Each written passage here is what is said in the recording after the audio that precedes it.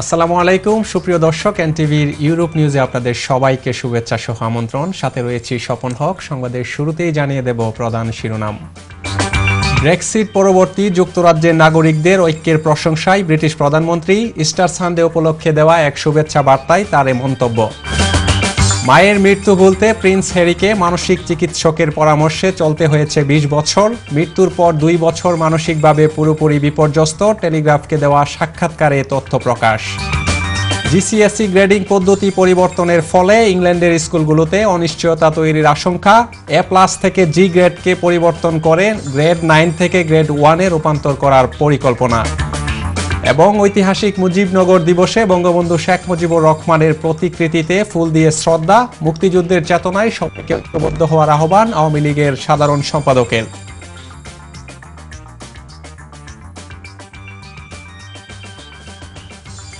দর্শক শুনছিলেন সংবাদ শিরোনাম, এবারে জানিয়ে দেব পুরো সংবাদ। সংবাদের পর এই খবরের ভিডিও সহ আপডেট জানতে ভিজিট করুন www.europeantv.com। দর্শক, শুরুতেই ব্রিটেন প্রসঙ্গ। ব্রেক্সিট ভোটের পর যুক্তরাজ্যের নাগরিকরা যেভাবে কাছাকাছি এসেছে এবং ঐক্যবদ্ধ হয়েছে তার প্রশংসা করেছেন ব্রিটিশ প্রধানমন্ত্রী থেরেসা মে। ইস্টার সানডে উপলক্ষে দেওয়া এক শুভেচ্ছা বার্তায় তিনি এ মন্তব্য করেন। পাশাপাশি সমাজে খ্রিস্টানদের ভূমিকা সম্পর্কে আত্মবিশ্বাস রাখার এবং নিজের ধর্মবিশ্বাস নিয়ে মুক্তভাবে কথা বলার জন্য জনগণের প্রতি আহ্বান জানান তিনি। ডাউনিং স্ট্রিট থেকে দেওয়া এক ভিডিও বার্তায় থেরেসা মে বলেন, ব্রিটেনের ভবিষ্যৎ নিয়ে তুমুল বিতর্কের পর দেশের নাগরিকরা যেভাবে একত্রিত হচ্ছে এবং ভবিষ্যতে দেশের যে উন্নয়ন অপেক্ষা করে আছে তার জন্য সবাই যেভাবে ঐক্যবদ্ধ হয়ে কাজ করছে তা সত্যিই প্রশংসনীয়। এদিকে প্রধানমন্ত্রী থেরেসা মেকে অতীতেও বারবার মানুষের বিশ্বাসের ব্যাপারে সোচ্চার থাকতে দেখা গেছে। থেরেসা মে আরও বলেন, দেশের মানুষের জীবনে খ্রিস্ট ধর্ম যে ভূমিকা পালন করে সে ব্যাপারে সকলকে আত্মবিশ্বাসী হতে হবে। দেশের নাগরিকরা যাতে মুক্তভাবে তাদের ধর্ম কিংবা বিশ্বাস নিয়ে কথা বলতে পারে তা নিশ্চিত করতে তার সরকার কাজ করছে বলেও জানান তিনি। নিজের মায়ের মৃত্যু ভুলতে প্রিন্সেস ডায়ানার ছেলে প্রিন্স হ্যারিকে ২০ বছর মানসিক চিকিৎসকের পরামর্শে চলতে হয়েছে। ব্রিটিশ সংবাদ মাধ্যম টেলিগ্রাফকে দেওয়া সাক্ষাৎকারে একথা বলেছেন হ্যারি। হ্যারি বলেছেন, মায়ের মৃত্যুর পরের 2টি বছর মানসিকভাবে পুরোপুরি বিপর্যস্ত ছিলেন। ২০ বছর বয়সের পর ধীরে ধীরে তিনি সেই সুখ কাটাতে সক্ষম হন। জীবনের একটা দীর্ঘ সময় কাউন্সিলিংয়ে কাটালেও বর্তমানে খুব ভালো অবস্থায় আছেন জানিয়ে 32 বছর বয়সী হ্যারি আরও বলেন, বক্সিং তাকে বাঁচিয়ে দিয়েছে এবং এর মাধ্যমে সে তার ভেতরের ক্ষোভকে দমন করতে পেরেছে। এছাড়া টেলিগ্রাফ জানিয়েছে, নিজের জীবনের এসব সত্য ঘটনা থেকে মানসিক স্বাস্থ্য সমস্যায় আক্রান্ত মানুষরা স্বাভাবিক বাস্তবতায় ফিরে আসতে উৎসাহী হয়, সেজন্য প্রিন্স হ্যারি এই সাক্ষাৎকার দিয়েছেন। এদিকে প্রিন্স উইলিয়াম ও তার স্ত্রী কেট মিডলটনের মতোই হ্যারি চলতি বছর লন্ডন ম্যারাথনের দাতব্য সংস্থা হেডস টুগেদার মানসিক স্বাস্থ্য বিষয়ক সচেতনতা প্রোগ্রামের পৃষ্ঠপোষকতা করেছেন। উল্লেখ্য, 1997 সালে প্যারিসে এক সড়ক দুর্ঘটনায় নিহত হন প্রিন্সেস ডায়ানা। তখন কনিষ্ঠ ছেলে হ্যারির বয়স ছিল 12 বছর। সরকার কর্তৃক ঘোষিত জিসিএসসি গ্রেডিং পদ্ধতিতে পরিবর্তনের ফলে ইংল্যান্ডের স্কুলগুলোর জন্য এক বিশাল অনিশ্চয়তা তৈরি করছে বলে জানিয়েছে NASUWT ইউনিয়ন। সংস্থাটি বলছে, নতুন 9-to-1 গ্রেডিং পদ্ধতিটি স্কুল পড়ুয়া শিক্ষার্থীদের উপর চাপ বৃদ্ধি করবে এবং এর ফলে অল্প বয়সী শিক্ষার্থীদের শিক্ষার সুযোগ সুবিধাকে সংকীর্ণ করবে। এদিকে নতুন এই নীতিমালার মাধ্যমে পূর্ববর্তী গ্রেডিং পদ্ধতি A+ থেকে জি গ্রেডকে পরিবর্তন করে তার নতুন পদ্ধতির অধীনে গ্রেড 9 থেকে গ্রেড 1-এ রূপান্তর করা হবে। সরকারের পক্ষ থেকে বলা হচ্ছে, শুধুমাত্র গণিত ও ইংরেজি এ 2টি বিষয়ের উপরই নতুন এই গ্রেডিং পদ্ধতিটি শুরুতে চালু করা হবে, যা চলতি বছরের সামার থেকে কার্যকরী হবে। ম্যানচেস্টারে NASUWT ইউনিয়নের বার্ষিক সম্মেলনে বক্তারা বলেন, নতুন এই গ্রেডিং পদ্ধতি প্রবর্তনের ফলে শিক্ষক ও শিক্ষার্থীদের মধ্যে নেতিবাচক ধারণা সহ অপ্রয়োজনীয় বিভ্রান্তির সৃষ্টি করবে। ইরাক যুদ্ধের বিষয়ে তৎকালীন ব্রিটিশ প্রধানমন্ত্রী টনি ব্লেয়ারের বিরুদ্ধে আনীত একটি প্রাইভেট প্রসিকিউশনে বাধা দেওয়ার ইচ্ছা প্রকাশ করেছেন অ্যাটর্নি জেনারেল জেরেমি রাইট। এক রিপোর্টে এ তথ্য উঠে এসেছে আজ। এদিকে শীর্ষস্থানীয় পত্রিকা দ্য গার্ডিয়ান দাবি করেছে, সাবেক ব্রিটিশ প্রধানমন্ত্রী টনি ব্লেয়ারের বিরুদ্ধে ইরাকের তৎকালীন সেনাবাহিনী প্রধান জেনারেল আব্দুল ওয়াহিদ শানান আর রিবাত ক্রাইম অফ অ্যাগ্রেশন সংক্রান্ত বিষয়ে যে মামলা করার ইচ্ছা প্রকাশ করেছে তা প্রতিহত করতেই attorney general Jeremy write a পদক্ষেপ গ্রহণ করতে চাইছেন। রিপোর্টে আরও বলা হয় 2016 সালে ইংল্যান্ডের কোর্ট রায় প্রকাশ করে বলে টনি ব্লেয়ারকে ক্রাইম অফ অ্যাগ্রেশন অপরাধজনিত কারণে অভিযুক্ত করা যাবে না। সাবেক পররাষ্ট্রমন্ত্রী জ্যাক স্ট্র এবং সাবেক অ্যাটর্নি জেনারেল গোল্ড স্মিথের বিরুদ্ধেও একই মামলায় অভিযোগ করা হবে বলে গার্ডিয়ানের ওই রিপোর্টটিতে প্রকাশিত হয়েছে। মূলত জনস্বার্থ সংরক্ষণে অ্যাটর্নি জেনারেল চাইলেই এ ধরনের মামলাগুলোতে হস্তক্ষেপ গ্রহণ করতে পারেন। দর্শক, এবারে জানিয়ে দেব বাংলাদেশ প্রসঙ্গ। ঐতিহাসিক মুজিবনগর দিবসে বঙ্গবন্ধু শেখ মুজিবুর রহমানের প্রতিকৃতিতে ফুল দিয়ে শ্রদ্ধা জানিয়েছেন প্রধানমন্ত্রী শেখ হাসিনা। সোমবার সকালে ধানমন্ডি 32 নম্বরে ফুল দেওয়ার পর বঙ্গবন্ধুর প্রতিকৃতির সামনে কিছুক্ষণ নীরবে দাঁড়িয়ে থাকেন প্রধানমন্ত্রী। শ্রদ্ধা নিবেদন শেষে দলের সাধারণ সম্পাদক ওবায়দুল কাদেরের অসাম্প্রদায়িক বাংলাদেশ গড়তে সরকারের প্রচেষ্টা অব্যাহত থাকবে বলে মন্তব্য করেন।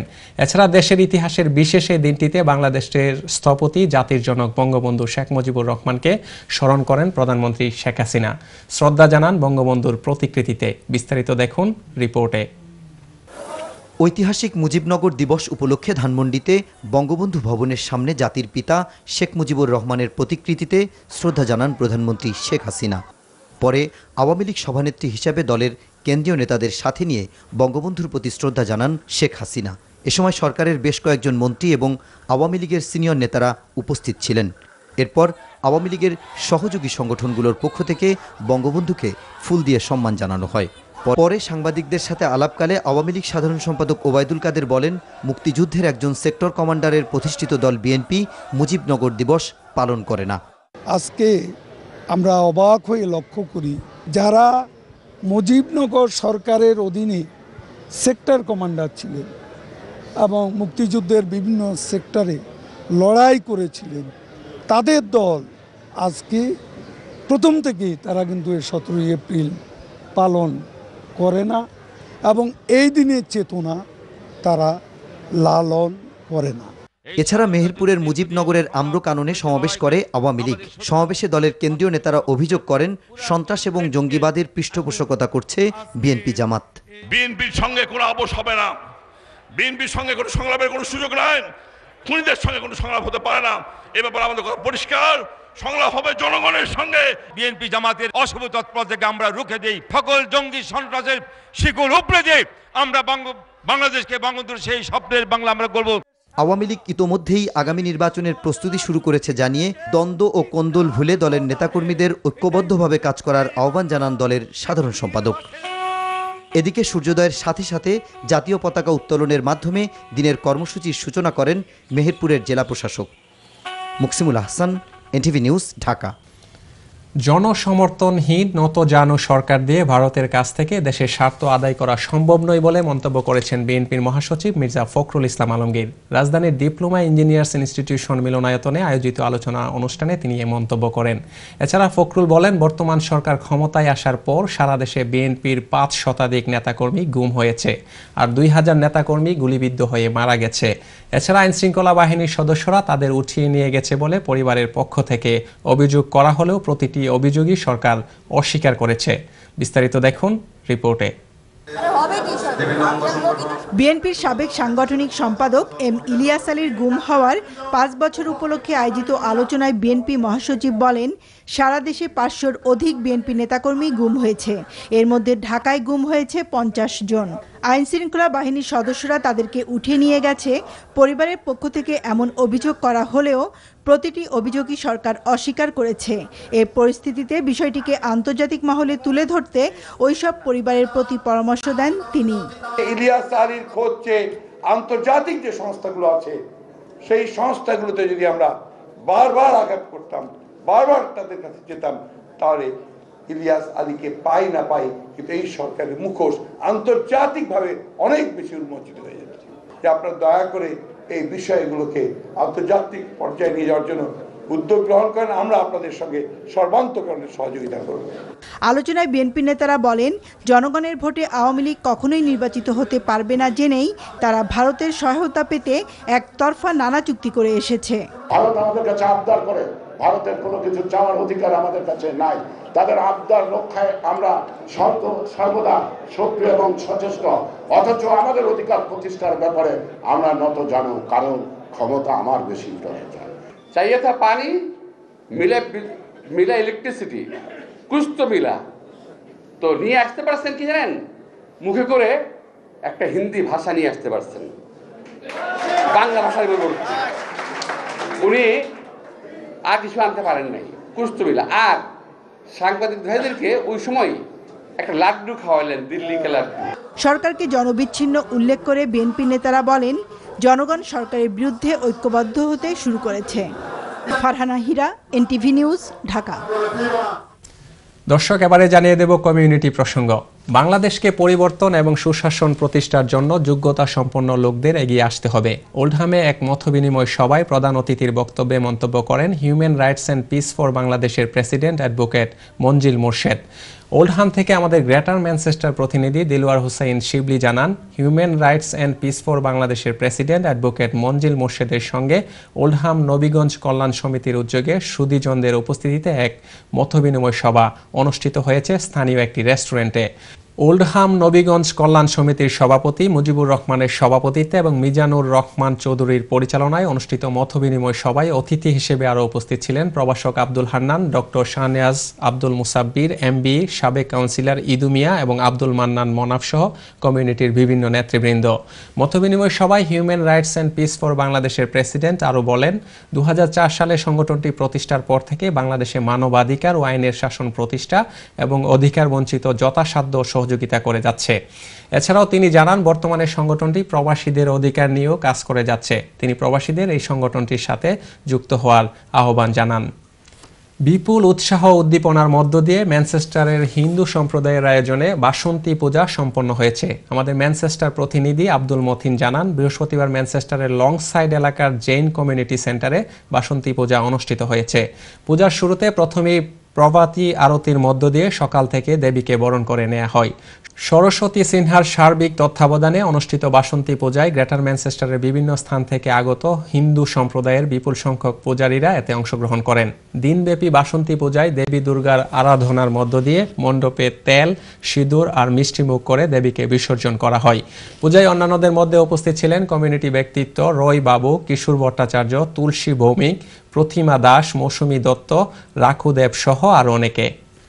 বর্ণিল অনুষ্ঠানের মধ্য দিয়ে বাংলা নববর্ষ 1424 উদযাপন করেছে ফ্রান্সের বাংলাদেশিরা।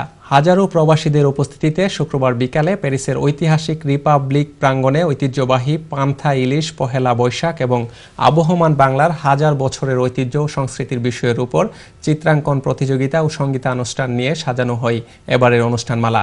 ফ্রান্স থেকে বিস্তারিত জানাচ্ছেন ব্যুরো প্রধান আবু তাহির, ক্যামেরায় ছিলেন নয়ন মামুন।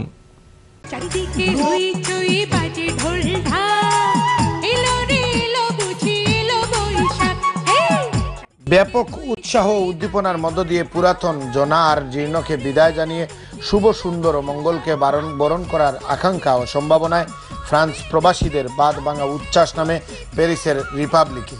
নানা শ্রেণী পেশার ও নানা বয়সের মানুষ মেতে উঠেন আনন্দ উদযাপনে। ফরাসিদের উপস্থিতিও নজর কাড়ে বিশেষভাবে। প্রতি বছরের ন্যায় স্বরলিপি শিল্পী গোষ্ঠীর আয়োজনে আয়োজিত এই মিলন মেলায় স্বরলিপি শিল্পী গোষ্ঠীর সভাপতি নজরুল ইসলামের সভাপতিত্বে সাধারণ সম্পাদক শিপন প্লাসিড রিভেরিও ও যুগ্ম সাধারণ সম্পাদক শাকিল সরকারের যৌথ পরিচালনায় উপস্থিত ছিলেন কমিউনিটির বিভিন্ন সংগঠনের নেতারা। এ সময় তারা বাংলা সংস্কৃতি প্রচারে কমিউনিটির সকল মানুষের প্রতি স্বরলিপির পক্ষ থেকে কৃতজ্ঞতা প্রকাশ করেন। সামাজিক, সাংস্কৃতিক, রাজনৈতিক এবং সাংবাদিক বৃন্দ, ব্যবসায়ী বৃন্দ যারা উপস্থিত হয়ে আমাদেরকে সর্বাত্মকভাবে সহযোগিতা করে আজকে অনুষ্ঠানকে সার্থক এবং সুন্দর করে তুলেছে, এই জন্য আমরা স্বরলিপির পক্ষ থেকে তাদের প্রতি কৃতজ্ঞতা এবং অভিনন্দন জানাচ্ছি। আজকের এই অনুষ্ঠান খুব জাঁকজমক হয়েছে। আমরা পহেলা বৈশাখ অনুষ্ঠান করতে যাচ্ছি। আমি উদারতভাবে আহ্বান জানাচ্ছি সকল প্রবাসী ভাই ও বোনেরা। প্যারিস 10-এর মেয়র রেমি ফেকর উপস্থিত হয়ে ফ্রান্স প্রশাসন বাংলাদেশিদের সকল উৎসব অত্যন্ত গুরুত্ব সহকারে পালনে সহায়তা করে এবং ভবিষ্যতেও করবে বলে অভিমত জানান। তিনি এ সময় বাংলাদেশিদেরকে শুভেচ্ছা জানান নববর্ষের। Pour tous les Bangladeshis de Paris et de l'Île-de-France, que c'est là que vous vous retrouvez. মঙ্গল শোভাযাত্রার পূর্বে এক সংক্ষিপ্ত আলোচনায় দূতাবাসের হেড অফ চ্যান্সেলরি হজরত আলী খান ছাড়াও উপস্থিত ছিলেন ফ্রান্স আওয়ামী লীগের সাবেক সভাপতি বেনজির আহমেদ সেলিম, ফ্রান্স আওয়ামী লীগের সভাপতি এম.এ. কাশেম, নাজিমউদ্দিন আহমেদ, মুজিবুর রহমান, আবু তাহির, শাহ আলম, মাসুদ আরমান রানা, আমিনুর রহমান ফারুক, কামরুল মার্শেদ পিটু, গৌতম বিশ্বাস সহ বিভিন্ন সংগঠনের নেতারা। প্রবাসে ব্যস্ততা ফেলে রেখে জীবনে একটু আনন্দ পেতে ও শতভাগ বাঙালিয়ানা প্রকাশ করতে তরুণ তরুণীদের ভিড় ছিল বিশেষ লক্ষণীয়। সকলের কণ্ঠেই ছিল দেশের সমৃদ্ধি। একটা বাংলাদেশ আমরা পেয়েছি। আমরা প্রতিটা দিন প্রতিটা বছর অপেক্ষা করি শুধু এই দিনটার জন্য। যে স্বকীয়তা সেটাকে আমরা কখনো ভুলতে পারি না, এটার জন্য মন কান্দে।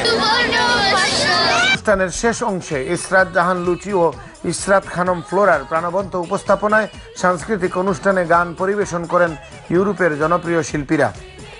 রাজনৈতিক প্রতিহিংসা ছাড়িয়ে আগামী বছর বাংলাদেশ শান্তির ও অগ্রগতির বাংলাদেশ হবে, এটাই ছিল উপস্থিত সকলের প্রত্যাশা। Abu Tahir, NTV, France. দর্শক, এবারে জানিয়ে দেব আন্তর্জাতিক প্রসঙ্গ। তুরস্কের সংবিধান সংশোধনের প্রশ্নে অনুষ্ঠিত গণভোটে হাড্ডাহাড্ডি লড়াইয়ের পর জয়ের মুখ দেখলেন প্রেসিডেন্ট রিসেপ তাইপ এরদোয়ান। তার হা শিবিরের পক্ষে পড়েছে 51% ভোট, অন্যদিকে না ব্যালটে ভোট পড়েছে প্রায় 49%। এর ফলে 12 বছরের জন্য প্রেসিডেন্টের অগাধ নির্বাহী ক্ষমতার অধিকারী হবেন এরদোয়ান। এদিকে ভোটে কারচুপি হয়েছে উল্লেখ করে 60% ভোট পুনর্গণনার দাবি জানিয়েছে বিরোধী দল। আরও বিস্তারিত দেখুন রিপোর্টে। এই জয়ের ফলে প্রেসিডেন্ট শাসিত সরকার ব্যবস্থা চালুর ক্ষেত্রে আর কোনো বাধা থাকছে না এরদোগানের। রোববারের গণভোটে 5.5 কোটির বেশি ভোট পড়ে। তুরস্কের ইলেকটোরাল বোর্ডের প্রধান হ্যাঁ ভোটের পক্ষে আনুষ্ঠানিক ঘোষণা দেন। এবারে গণভোটে 5.61 লাখের বেশি ভোট পড়েছে। অংশ নেয়নি প্রায় 6 লাখ ভোটার। প্রায় 8.5 লক্ষ ভোটের ব্যবধানে হ্যাঁ জয়যুক্ত হয়েছে। গণভোটে সংবিধান সংশোধনের বিষয়টি নিশ্চিত হওয়ার পর দেশটির বড় বড় শহরে এরদোয়ান সমর্থকরা আনন্দ মিছিল বের করে। চূড়ান্ত ফল প্রকাশের কিছু সময় আগে ইস্তাম্বুলের হুবার প্যালেস থেকে তাৎক্ষণিক প্রতিক্রিয়ায় প্রেসিডেন্ট এরদোয়ান মৃত্যুদণ্ডের বিধান ফিরিয়ে আনতে নতুন গণভোট করার আভাস দেন। সাংবিধানিকভাবে সরকার ব্যবস্থায় এটি সবচেয়ে বড় অর্থবহ পরিবর্তন। তুরস্কের ইতিহাসে প্রথমবারের মতো গুরুত্বপূর্ণ এই পরিবর্তনে সায় দিয়েছে পার্লামেন্ট সহ দেশের মানুষ। এদিকে গণভোটের ফল চ্যালেঞ্জ করার ঘোষণা দিয়েছে রিপাবলিকান পিপলস পার্টি সহ দেশটির প্রধান দুই বিরোধী দল। ভোট জালিয়াতির অভিযোগ এনে 60% ভোট পুনর্গণনার দাবি তুলেছে বিরোধী দল। এই গণভোটে সরকার প্রভাব খাটিয়েছে তা আমরা বুঝতে পেরেছি। এই অসম ব্যবস্থার মাঝেও আইন মেনে গণতন্ত্র রক্ষায় সর্বোচ্চ চেষ্টা চালিয়েছি আমরা। কিন্তু এরদোয়ান সরকার বেআইনিভাবে ভোটের ফলাফল নিজের পক্ষে নিয়ে নিয়েছে। সংবিধানের নতুন এই সংশোধনীর মাধ্যমে সংসদীয় গণতন্ত্র থেকে দেশটি প্রেসিডেন্ট শাসিত গণতান্ত্রিক দেশে পরিণত হবে। বাতিল হবে প্রধানমন্ত্রীর পদ। মন্ত্রী, বিচারপতি থেকে শুরু করে সবকটি সাংবিধানিক পদে নিয়োগ এবং জরুরি অবস্থা জারির একক ক্ষমতা পেতে যাচ্ছেন Erdogan. Munazil Riyad, NTV international desk. এদিকে তুরস্কে গণভোটের ফলাফলের প্রতিক্রিয়ায় ইউরোপীয় ইউনিয়নের শীর্ষ কর্মকর্তারা বলেছেন আঙ্কারাকে খুব বুঝে শুনে পরবর্তী পদক্ষেপ নিতে হবে। ইউরোপীয় কমিশনের প্রেসিডেন্ট জো ক্লদ জাঙ্কার এবং ইউরোপীয় ইউনিয়নের পররাষ্ট্র বিষয়ক প্রধান ফেদেরিকা মেগোরিনি এমন মন্তব্য করেন। এছাড়াও সংবিধানের সংশোধনী বাস্তবায়নে তুর্কি কর্তৃপক্ষকে বড় পরিসরে গণজরিপের আহ্বান জানান তারা। কাউন্সিল অফ ইউরোপের সদস্য রাষ্ট্র তুরস্ককে বিচার বিভাগের স্বাধীনতা এবং আইন মেনে মানবাধিকার রক্ষা করতে হবে বলেও মন্তব্য করেছেন কাউন্সিলের মহাসচিব। তিনি আরও বলেন, কেবল সেক্ষেত্রেই তুরস্ককে সমর্থন জানাবে কাউন্সিল অফ ইউরোপ।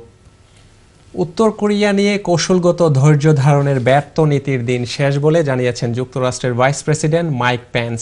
দুই কোরিয়ার মধ্যবর্তী অসামরিক জোনে গিয়ে সোমবার পেন্স কথা বলেছেন। ডিএমজেতে এক একান্ত সাক্ষাৎকারে পেন্স বলেন, যুক্তরাষ্ট্র কৌশলগত ধৈর্যের ব্যর্থ নীতি পরিহার করবে, তবে উত্তর কোরিয়ার উপর কূটনৈতিক এবং অর্থনৈতিক চাপ সৃষ্টির চেষ্টাও দ্বিগুণ করবে তার দেশ। কোরিয়া উপদ্বীপে উত্তেজনার মধ্যে দক্ষিণ কোরিয়া সফর করেছেন মার্কিন ভাইস প্রেসিডেন্ট। উত্তর কোরিয়ার একটি ক্ষেপণাস্ত্রের ব্যর্থ পরীক্ষা চালানোর কয়েক ঘন্টা পর রোববার দক্ষিণ কোরিয়ার রাজধানী সিউলে পৌঁছান পেন্স। দক্ষিণ কোরিয়াকে সম্পর্কের বিষয়ে আশ্বস্ত করা পেন্সের এ সফরের উদ্দেশ্য।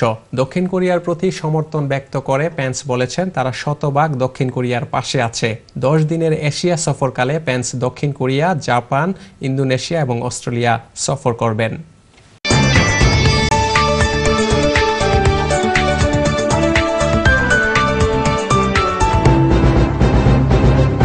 এবারে জানিয়ে দেব আমাদের সিলেট অফিস থেকে পাঠানো তথ্য ছবি নিয়ে সংবাদ প্রতিদিনের সিলেট। নিখোঁজ হওয়া বিএনপির কেন্দ্রীয় সাংগঠনিক সম্পাদক ও সিলেট জেলা বিএনপির সাবেক সভাপতি এম ইলিয়াস আলীর সন্ধান চেয়ে প্রধানমন্ত্রীর বরাবরে জেলা প্রশাসকের মাধ্যমে স্মারকলিপি প্রদান করেছে সিলেট জেলা বিএনপি। সোমবার সিলেটের জেলা প্রশাসক কার্যালয়ে এই স্মারকলিপি প্রদান করা হয়। স্মারকলিপি গ্রহণ করেন সিলেটের জেলা প্রশাসক রাহাত আনোয়ার। এম ইলিয়াস আলীর গুমের 5 বছর পূর্ণ হওয়ায় ইলিয়াস আলী সহ গুমকৃত সকল নেতাকর্মীদের অক্ষত অবস্থায় পরিবারের কাছে ফিরিয়ে দেওয়ার দাবিতে ধারাবাহিক কর্মসূচি ঘোষণা করে সিলেট জেলা বিএনপি। কর্মসূচির অংশ হিসেবে প্রধানমন্ত্রীর বরাবরে এই স্মারকলিপি প্রদান করা হয়েছে। এছাড়া জেলা বিএনপির উদ্যোগে আজ মঙ্গলবার বাদ আসর দরগায়ে হজরত শাহজালাল রাদিয়াল্লাহু আনহু মসজিদ প্রাঙ্গণে দোয়া মাহফিল অনুষ্ঠিত হবে। সিলেট জেলা প্রশাসক কার্যালয়ে স্মারকলিপি প্রদানকালে উপস্থিত ছিলেন সিলেট জেলা বিএনপির সভাপতি আবুল কাহের চৌধুরী, শামীম নাসিম হুসাইন, অ্যাডভোকেট নুরুল হক, বদরুজ্জামান সেলিম, আলী আহমদ সহ বিএনপির নেতৃবৃন্দ। স্মারকলিপিতে বলা হয়, সকল নাগরিকের জানমালের নিরাপত্তা দেয়া সরকারের কর্তব্য, সুতরাং সরকার কোনোভাবেই এর দায় এড়াতে পারবে না। এছাড়া অবিলম্বে এম ইলিয়াস আলী সহ গুমকৃত নেতাকর্মীদের পরিবারের কাছে ফিরিয়ে দেওয়ার জন্য প্রধানমন্ত্রীর কাছে জোর দাবি জানান তারা। সিলেটে ঐতিহাসিক মুজিবনগর দিবস এবং বাংলাদেশের স্বাধীনতা শীর্ষক আলোচনা সভা অনুষ্ঠিত হয়েছে। আজ দুপুরে জেলা প্রশাসক মিলনায়তনে আয়োজিত সভায় সভাপতিত্ব করেন জেলা প্রশাসক মোহাম্মদ রাহাত আনোয়ার। এ সময় বক্তব্য রাখেন আওয়ামী লীগের কেন্দ্রীয় সদস্য ও সিলেট মহানগরের সভাপতি বদরুদ্দিন আহমেদ কামরান, অতিরিক্ত জেলা প্রশাসক শহীদুল ইসলাম চৌধুরী ও সিলেটের প্রেস ক্লাবের সভাপতি ইকরামুল কবির। এছাড়াও বিভিন্ন শ্রেণী পেশার মানুষ দিবসটি নিয়ে আলোচনায় যোগ দেন। বক্তারা বলেন, মুজিবনগর সরকার গঠন ছিল বাঙালির টার্নিং পয়েন্ট। জাতির জনক বঙ্গবন্ধু শেখ মুজিবুর রহমান 7ই মার্চ ভাষণের মধ্য দিয়ে বাঙালির স্বাধীনতার ঘোষণা করে গেছেন। এরপরে তার অনুমোদন নিয়ে 17ই এপ্রিল মুজিবনগর সরকার গঠিত হয় এবং সদস্যরা শপথ নেন। মুজিবনগর সরকার গঠন না হলে বাংলাদেশ স্বাধীন হতো না, তাই স্বাধীনতার ইতিহাসে এ দিবসটি ঐতিহাসিক তাৎপর্য বহন করে। তারা বলেন, বর্তমান সরকার মুজিবনগর দিবসের যথাযথ মূল্যায়ন করে আসছে। এর ফলে আগামী প্রজন্ম দিবসটির তাৎপর্য যথাযথভাবে অনুধাবন করতে পারেন।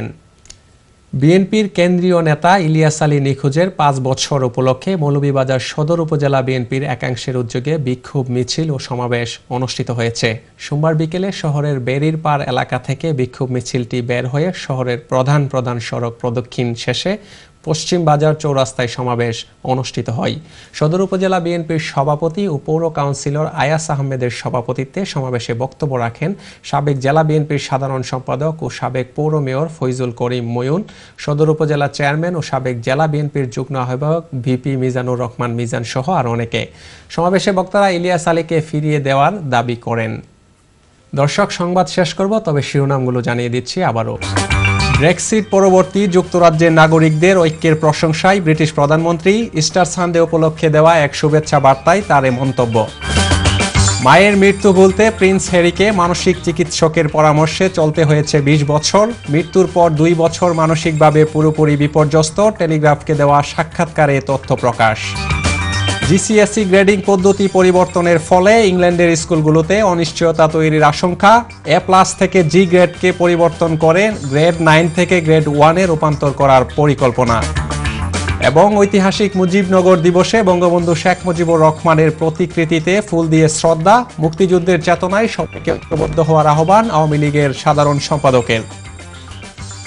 দর্শক, এ ছিল আমাদের হাতে থাকা এনটিভির ইউরোপ নিউজের সর্বশেষ আয়োজন। এই খবরের ভিডিও সহ আপডেট জানতে ভিজিট করুন www.europntv.com। সাথে থাকার জন্য সবাইকে ধন্যবাদ। আল্লাহ হাফেজ।